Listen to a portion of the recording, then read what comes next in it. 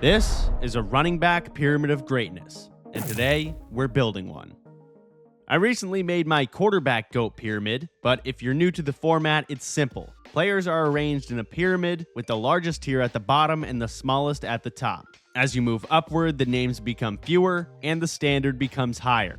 To qualify for this pyramid at all, a running back is going to need to be almost universally recognized as one of the 50 greatest to ever play the position. If you're not in that conversation, you're not even in contention for the base tier of the pyramid. At its core, this is simply a clean way to visualize the greatest players of all time. But what makes the pyramid more useful than a traditional numerical ranking is that it forces you to think in tiers. Instead of pretending there's some meaningful gap between, say, number 9 and number 10, the pyramid allows you to group players into levels of greatness. Is Adrian Peterson greater than LaDainian Tomlinson? What about Terrell Davis versus Curtis Martin? That depends on who you ask and what you value. Peak? Longevity?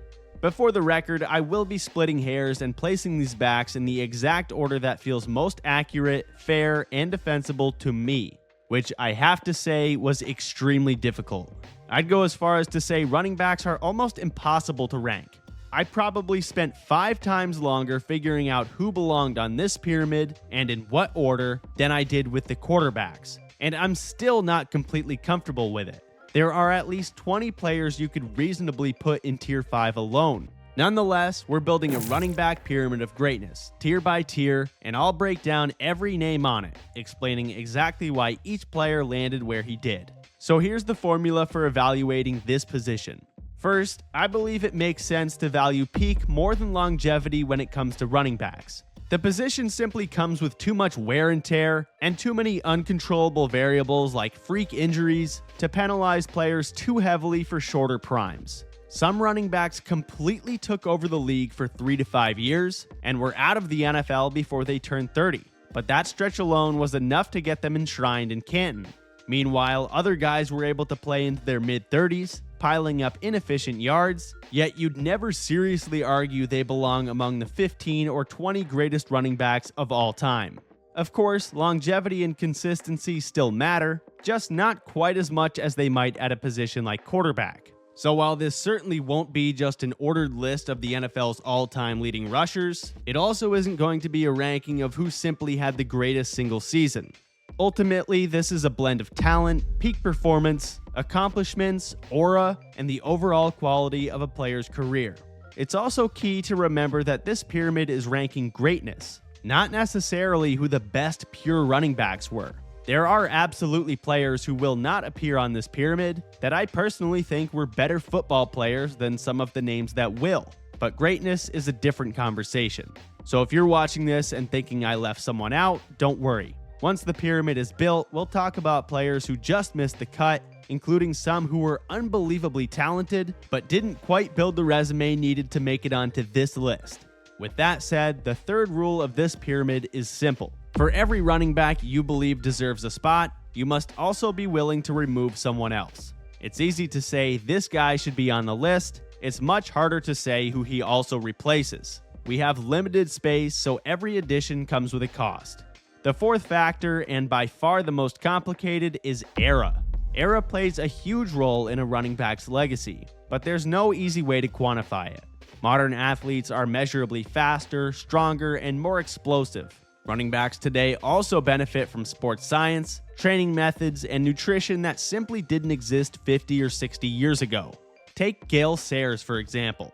Some consider him the most electrifying running back in NFL history. But a torn ACL in 1968, treated with far less advanced medical care than exists today, essentially ended his prime at 25. Adrian Peterson, by contrast, suffered a nearly identical injury in 2011 and returned 9 months later to rush for 2,000 yards. And finally, the fifth point. I know some people will disagree with this pyramid. Trying to rank these players is a fool's errand, and I'm apparently foolish enough to try to do it. But that's part of the fun.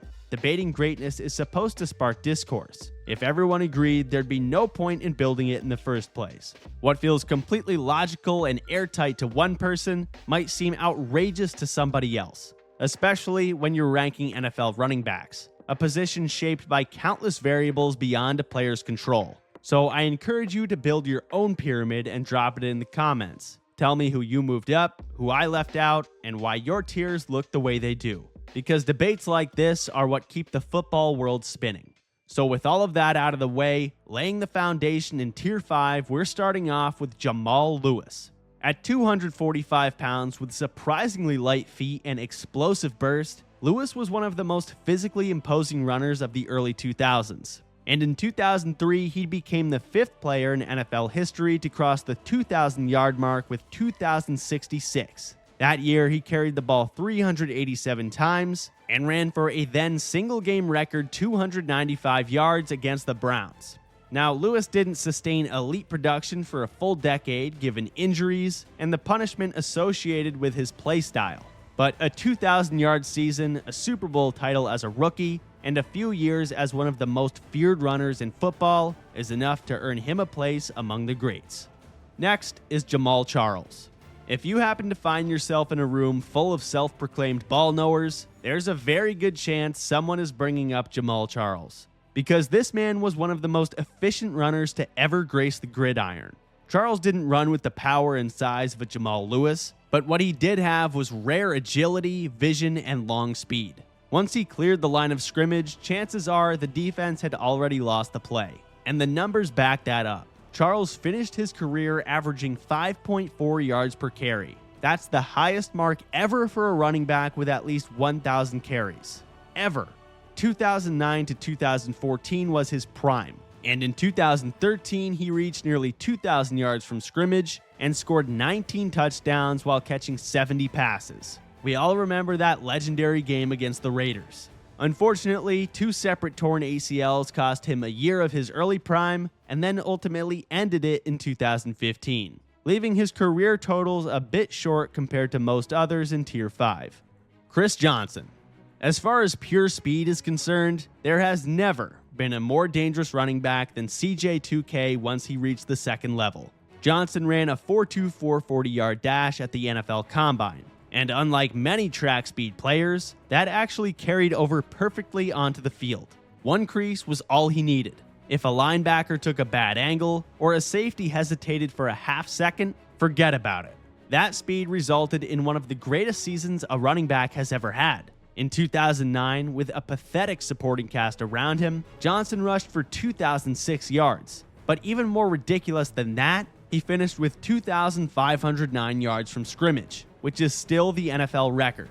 The challenge with his resume is that his efficiency immediately declined from 2010 onward. But in terms of pure electricity, 2009 Chris Johnson might just beat out every single back on this entire pyramid. Next is Marshawn Lynch.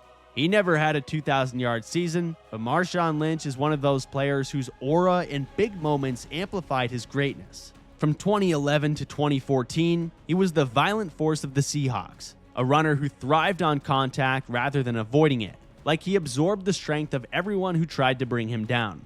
And of course, we have to mention the Beastquake. That playoff run against New Orleans in 2010 where he shrugged off half the Saints defense on one play and literally caused a small earthquake in Seattle. It is the greatest run in NFL history and perfectly captured what made him special. You could show that one play to an alien who just arrived on Earth today, and they would understand what Marshawn Lynch was all about. But he did it again with the Beastquake 2.0 against Arizona in 2014, when he refused to go down on a 79-yard TD. Plays like that helped turn Lynch into something bigger than just an elite running back. He became a symbol of physical dominance. If I'm being completely honest, I think the idea of Marshawn Lynch might be just a hair greater than the actual player himself, but this is a pyramid of greatness after all. And Lynch possessed unmatched aura, won a Super Bowl, and had a 4-year run as one of the most intimidating figures in the game. This video is sponsored by Bear Mattress. Given the style of my videos, you may not know a whole lot about my lifestyle, but it pretty much consists of calisthenics outside, lifting at the gym, walking, sprinting, making videos, and doing pretty much nothing else. Put another way, constant output and sometimes stress. So if my recovery is off, everything starts to slip. And for me, like pretty much every other person on earth, sleep is the foundation of it all. If I don't sleep well, my brain is foggier, my energy is lower, Even sitting down to make videos is harder. And that's where Bear Mattress has made a noticeable difference in my life. I've been sleeping on it for a month now, and every single morning when I wake up, I'm ready to jump out of bed and start my day. Not just like, yeah, I slept, but actually recovered. I have had countless mattresses at this point in my life, and I can say without a doubt that Bear Mattress is the most comfortable one I have ever slept on. And one pleasant surprise is that it sleeps especially cooler.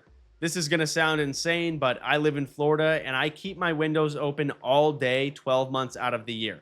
Around sunset, I will close them and run the AC, but it's cooling down from 90 degrees, so it's still pretty warm when I end up going to bed hours later. And with this mattress, I never get up more than once throughout the night. Bear mattresses are actually designed for recovery. They're used by professional athletes and people who are constantly pushing themselves, which is exactly who they are for. So if you're someone who trains, works hard, or just wants to feel better on a day-to-day basis, the perfect mattress is one of the best investments any person can possibly make, and my Bear mattress has been a life changer for me. So check it out by going to bearmattress.com/KaiTheBeachKid and using code KaiTheBeachKid to get 40% off your mattress. That's actually better than what they usually offer on the site, so take advantage. And after you check it out, you can support the channel by telling them I sent you in your post-purchase survey. Next is Priest Holmes. When people talk about the elite backs of the 2000s, Priest Holmes often gets overshadowed by the names that came before and after him. But during the early 2000s in Kansas City, Holmes was arguably the most prolific weapon in the NFL. After beginning his career in Baltimore and then backing up Jamal Lewis, Holmes truly blossomed once he joined the Chiefs in 2001 to run behind one of the best offensive lines of all time. The production was outrageous. From 2001 to 2004, he scored 76 total touchdowns in just 54 games, including a then-record 27 rushing scores in 2003. And that same year, he added 700 yards as a receiver out of the backfield. In 2004, he already had 15 touchdowns when he suffered a season-ending knee injury in the 8th game of the year. That ended his short prime, but those 3.5 seasons were too magnificent to ignore. The next player in Tier 5 is Shaun Alexander. Like Holmes, Alexander had the privilege of running behind the dominant Seattle offensive line that featured Walter Jones and Steve Hutchinson. Alexander became the centerpiece of their offense and was wise enough to have the patience and vision to allow blocks to develop before exploding through the hole. And once Seattle hit the red zone, Alexander was automatic. In 2005, he rushed for 1,880 yards and 27 touchdowns, winning the NFL MVP and leading the Seahawks to their first Super Bowl appearance in franchise history. From 01 to 05, he averaged 1,500 rushing yards and 20 total touchdowns per season. That 2005 campaign took just about everything he had left, so he fell off a cliff in 2006. But in my opinion, if you won MVP at running back in the 21st century, you're on the pyramid, no questions asked. Next is the prototype 70s and 80s power back John Riggins. At around 230 pounds, Riggins ran with a bruising downhill style that wore defenses down over the course of a game.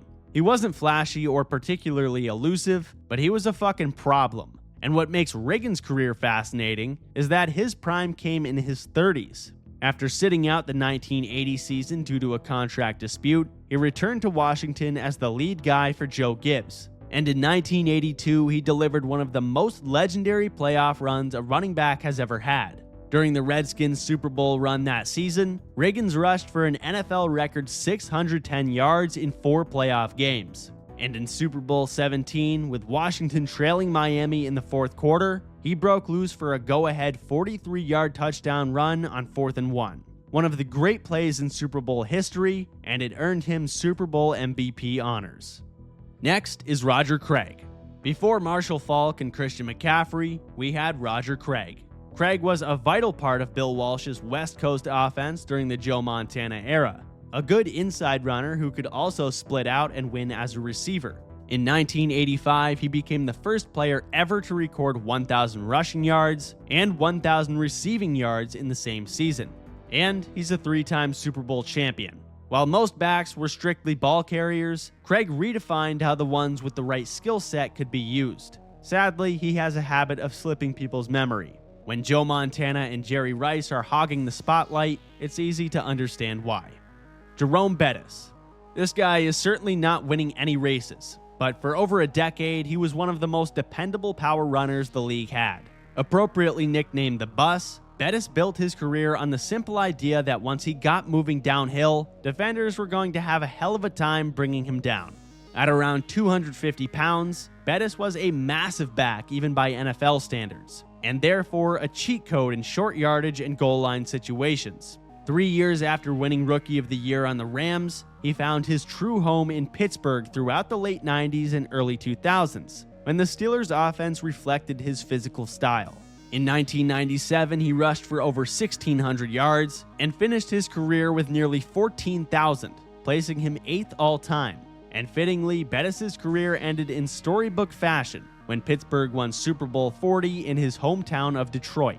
Honestly, he was flat out inefficient compared to everyone else on this list, but his total production and reputation as a Steelers icon mandate a spot.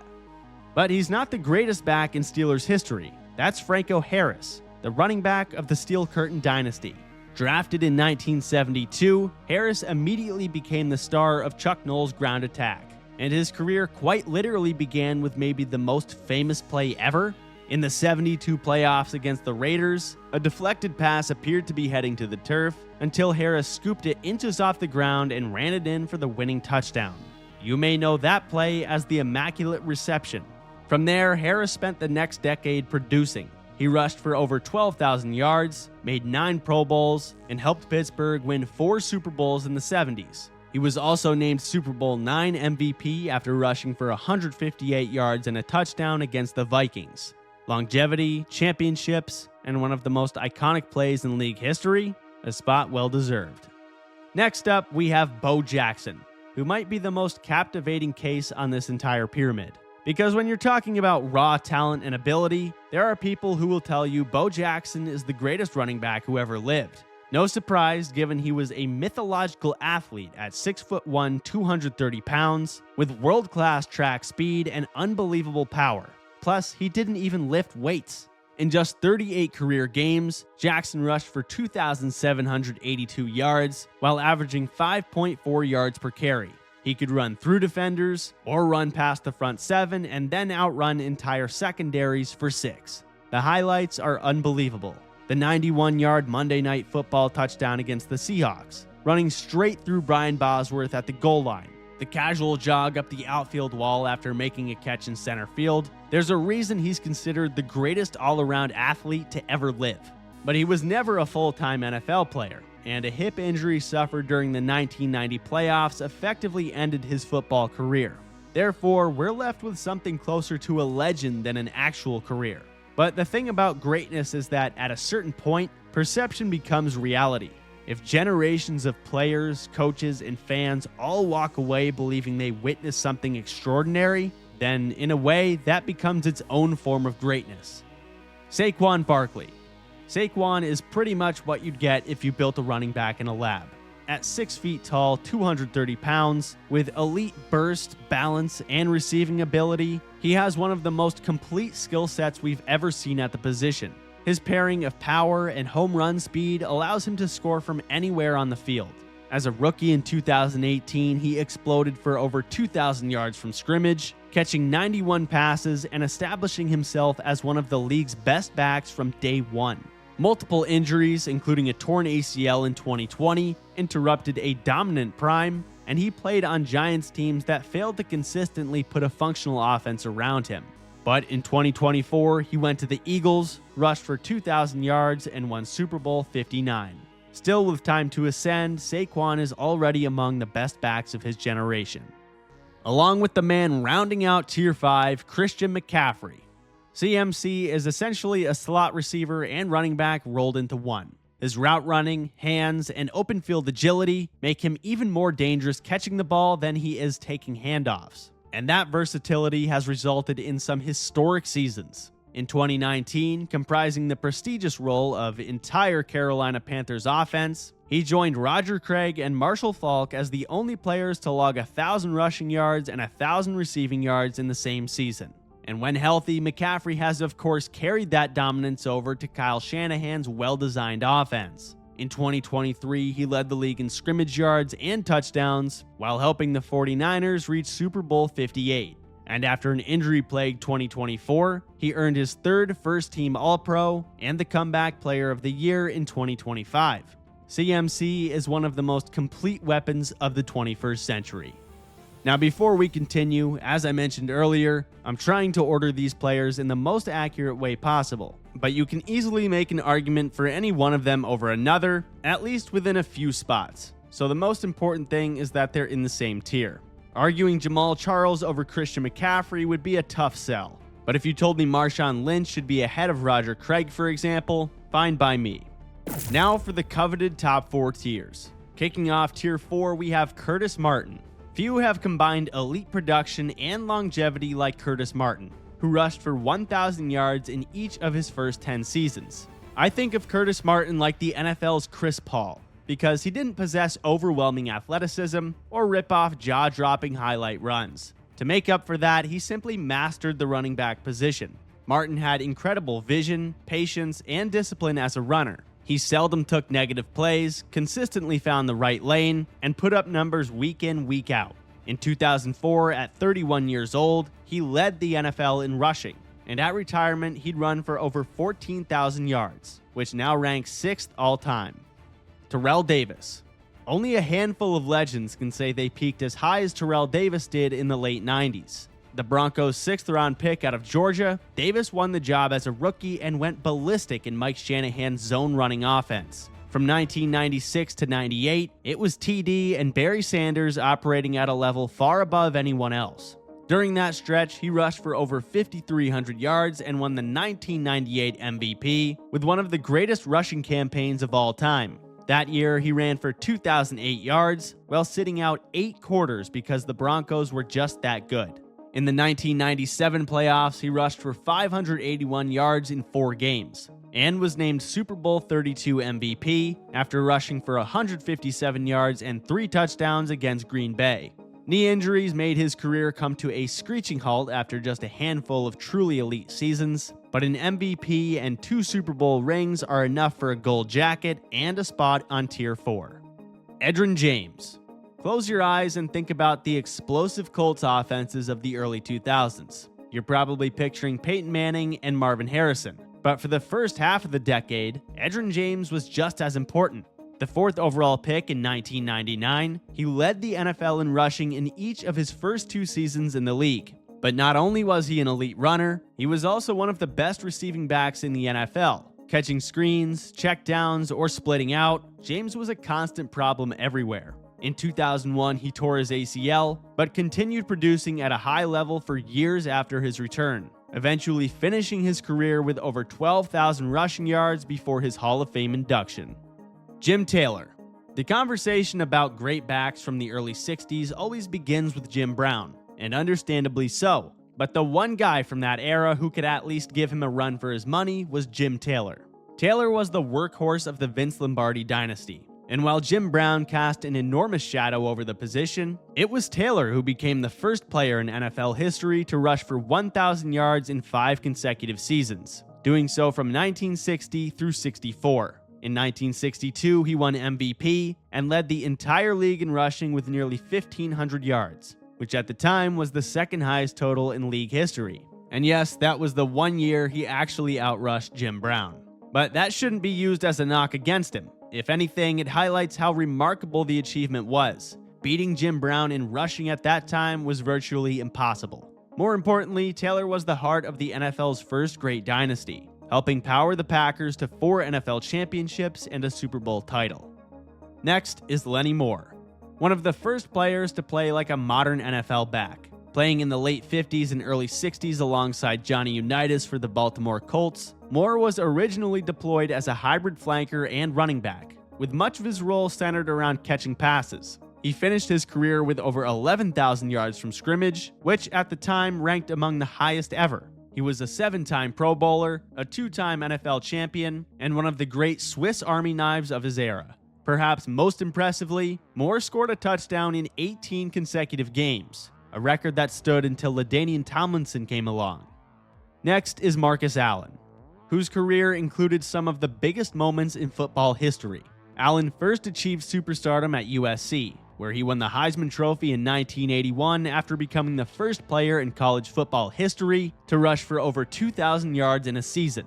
After the LA Raiders took him 10th overall in 1982, that production translated instantly. Allen had excellent vision as a runner, soft hands as a receiver, and was one of the best short yardage backs there was. But what really cemented his legacy came on the biggest stage. In Super Bowl 18, he authored one of the most iconic runs ever, reversing direction in the backfield before accelerating upfield for a 74-yard touchdown. That performance earned him Super Bowl MVP, and in 1985, he would add a regular season MVP to the trophy case. Even after his role diminished with the Raiders in his late 20s, Allen extended his longevity by reinventing himself with the Chiefs, eventually finishing with over 12,000 rushing yards and nearly 150 total touchdowns in his 16-year career. Thurman Thomas. For much of the early 90s, playing alongside Jim Kelly in the Bills' K-Gun offense, Thurman Thomas might have been the premier offensive weapon in the NFL. From 89 to 92, Thomas led the NFL in scrimmage yards every single year. He routinely finished seasons with 50 or 60 receptions, making him nearly impossible to take off the field. In 1991, he won League MVP while leading Buffalo to their second of 4 straight Super Bowl appearances. Over his career, he totaled more than 16,000 yards from scrimmage, made 5 Pro Bowls, and finished with a Hall of Fame resume as one of the most versatile backs of all time. And finishing off Tier 4, we have Marion Motley. At around 240 pounds, Motley was ginormous for the 40s and early 50s. He was both a road-paving fullback and the primary ball carrier. Think of him like Lorenzo Neal combined with a more efficient Jerome Bettis. Basically, a unicorn.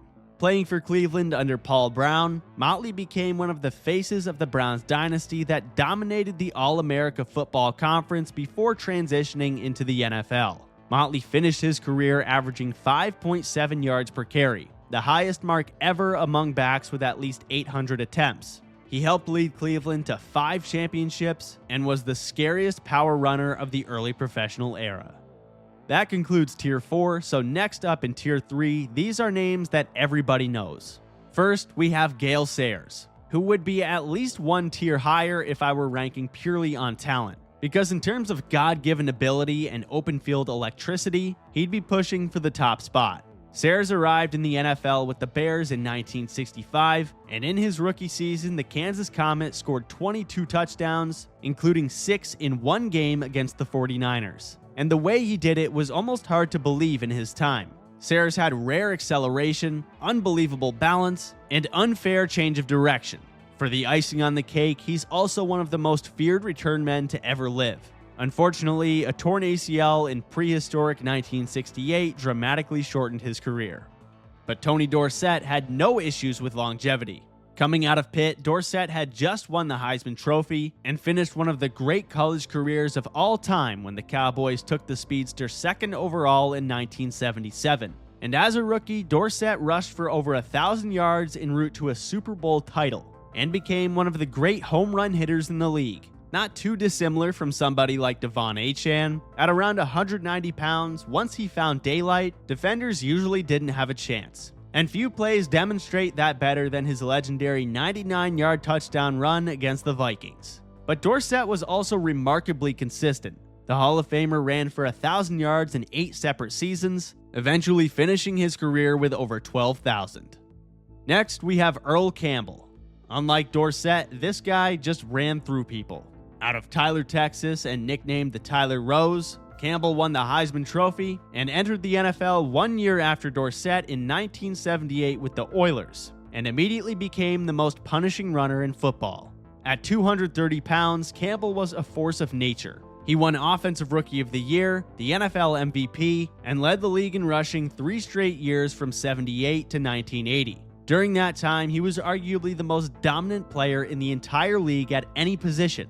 Of course, Campbell absorbed an unbelievable amount of punishment, so like many power backs, his peak was relatively short. But there was simply nothing more terrifying than trying to tackle prime Earl Campbell one-on-one. Kind of like Derrick Henry, a running back in a defensive lineman's body.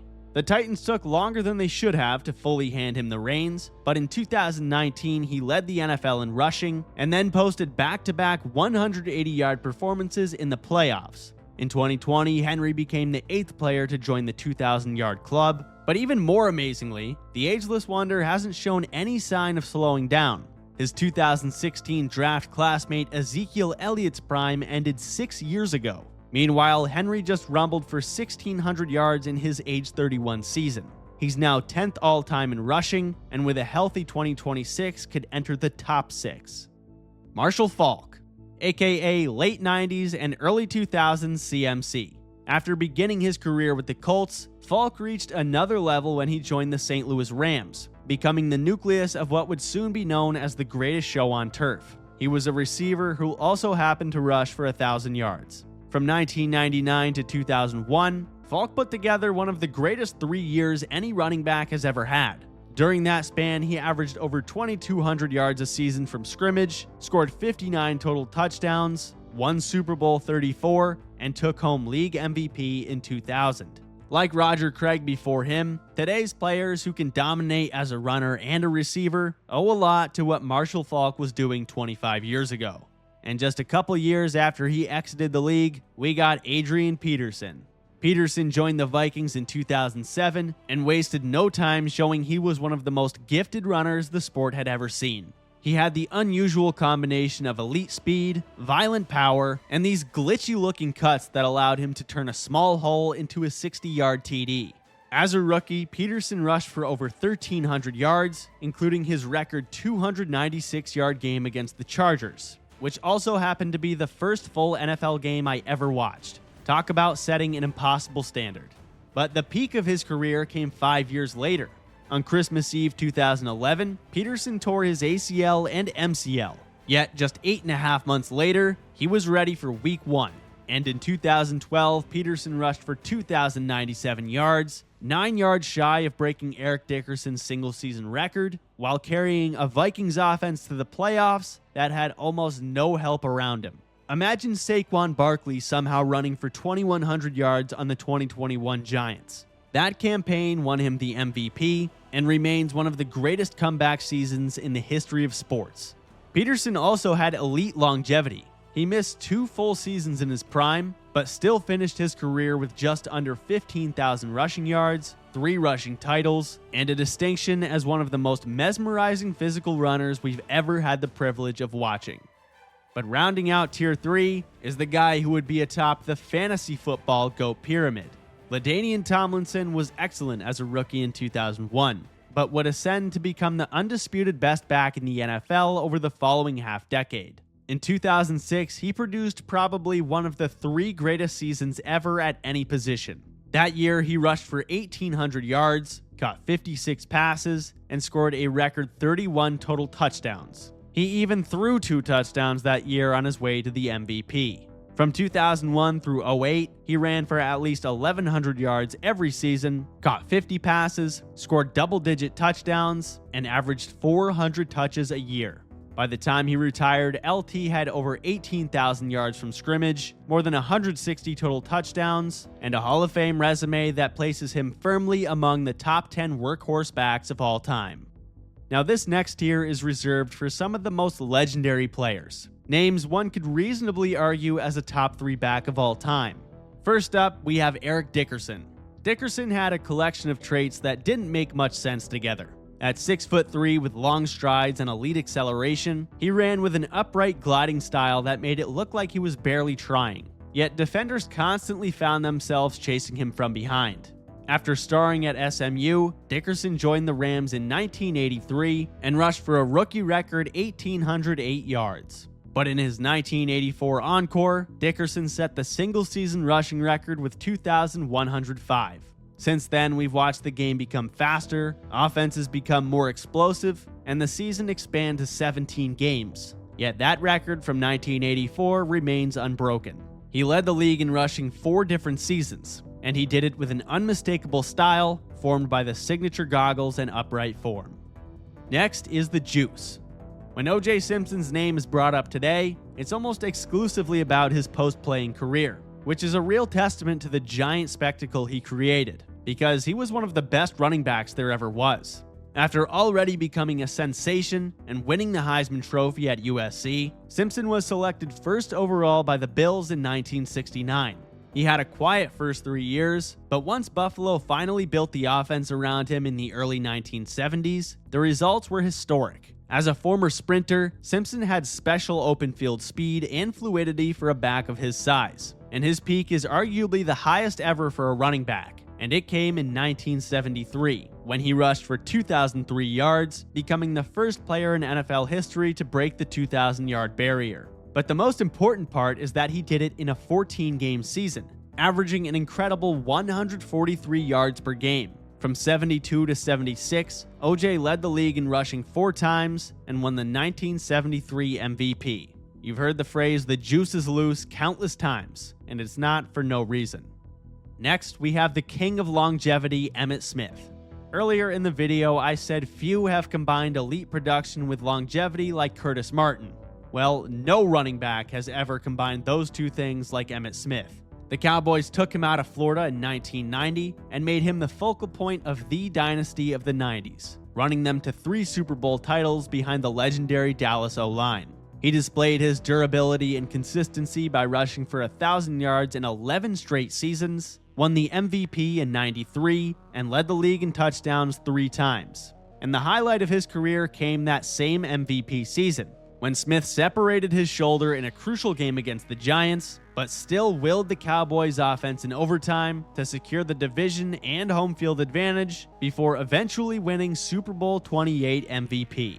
Smith is, of course, the all-time rushing leader with 18,355 yards, but critics will point to that line he ran behind. And it's true that the Cowboys built one of the most immovable blocking units ever assembled. However, plenty of other great offensive lines have existed throughout history, and none of the players who ran behind them became the all-time leading rusher. Next up, we have the Man of the Year, Walter Payton. Despite his nickname, sweetness was anything but when he carried the football. Payton spent his entire career with the Bears, and for more than a decade, he was their best player. With a style that combined grace and relentless physicality, he was often the lone bright spot on a Bears offense that struggled more years than not. Payton rushed for over 1,200 yards in 10 different seasons, won league MVP in 1977, and was the all-time leading rusher until Emmitt Smith surpassed him in 2002. One of the most famous performances of his career came in 1977, when he rushed for 275 against the Vikings, which at the time overtook O.J. Simpson for the single-game record. And when the Bears finally reached the mountaintop and won Super Bowl 20, Payton was still one of their 2 best players. He also finished his career as one of the most respected and beloved players of all time. But the cornerstone of Tier 2 is Barry Sanders. If you ask a random group of football fans who the most gifted running back of all time is, Barry Sanders would probably be the leading vote getter. Because in terms of pure running ability, the sport has never witnessed anything quite like him. Despite playing in Detroit for his entire career behind offensive lines that were often mediocre at best, he was practically an automatic first-team All-Pro selection. What made Sanders special is this incomprehensible movement style that is very difficult to describe. His acceleration, balance, and change of direction allowed him to stop, cut, and reverse field in ways that no one has ever been able to replicate. Plays that should have resulted in a 3-yard loss would inexplicably turn into a 40-yard highlight.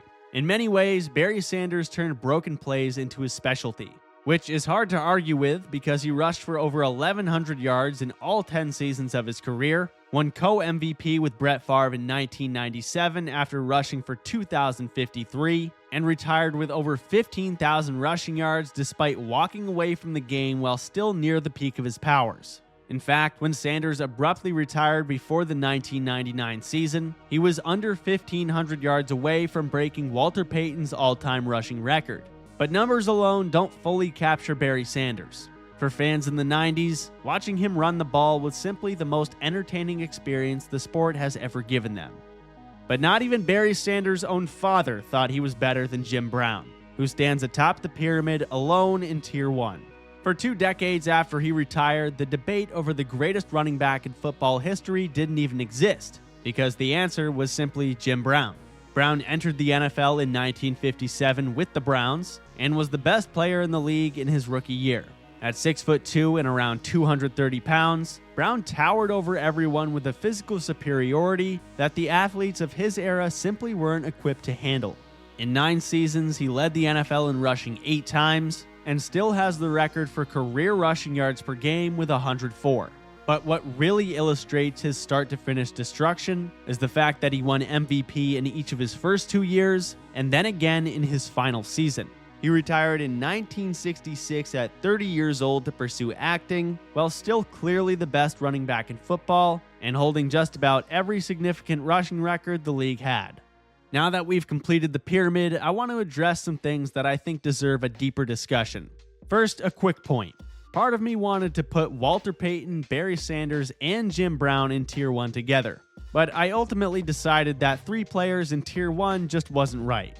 2, sure, but 3 is too many.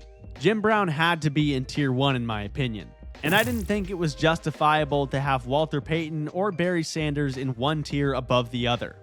Now for the honorable mentions. Like I said in the intro, there are so many backs that you could reasonably put in Tier 5. Those names include, but are not necessarily limited to, Corey Dillon, LaShawn McCoy, Fred Taylor, Steven Jackson, Tiki Barber, Eddie George, Ricky Williams, Ricky Waters, and the 3rd leading rusher in NFL history. Hopefully 49ers fans didn't stop watching 20 minutes ago, because that player is of course Frank Gore. I know it might seem insane to leave a player with more rushing yards than Barry Sanders and Adrian Peterson completely off the pyramid. So I want to explain that decision because it wasn't an oversight. When I evaluated players for this list, as I mentioned at the beginning, running backs tend to have short shelf lives. So the ones who truly dominated the league for several seasons naturally stand out historically. Gore had an incredible career and one of the most remarkable runs of longevity at the position, but a significant portion of his career totals came during his 30s, when he was part of committees or producing at a more modest level. More importantly, even in his prime years, outside of 2006, he was usually hovering outside the top 10 rushers in any given season. And I simply did not want to heavily reward players for sticking around and compiling yards if those seasons weren't among the most elite at the position. Now, some people might point to the fact that Marcus Allen also had a long second act late in his career. That's true.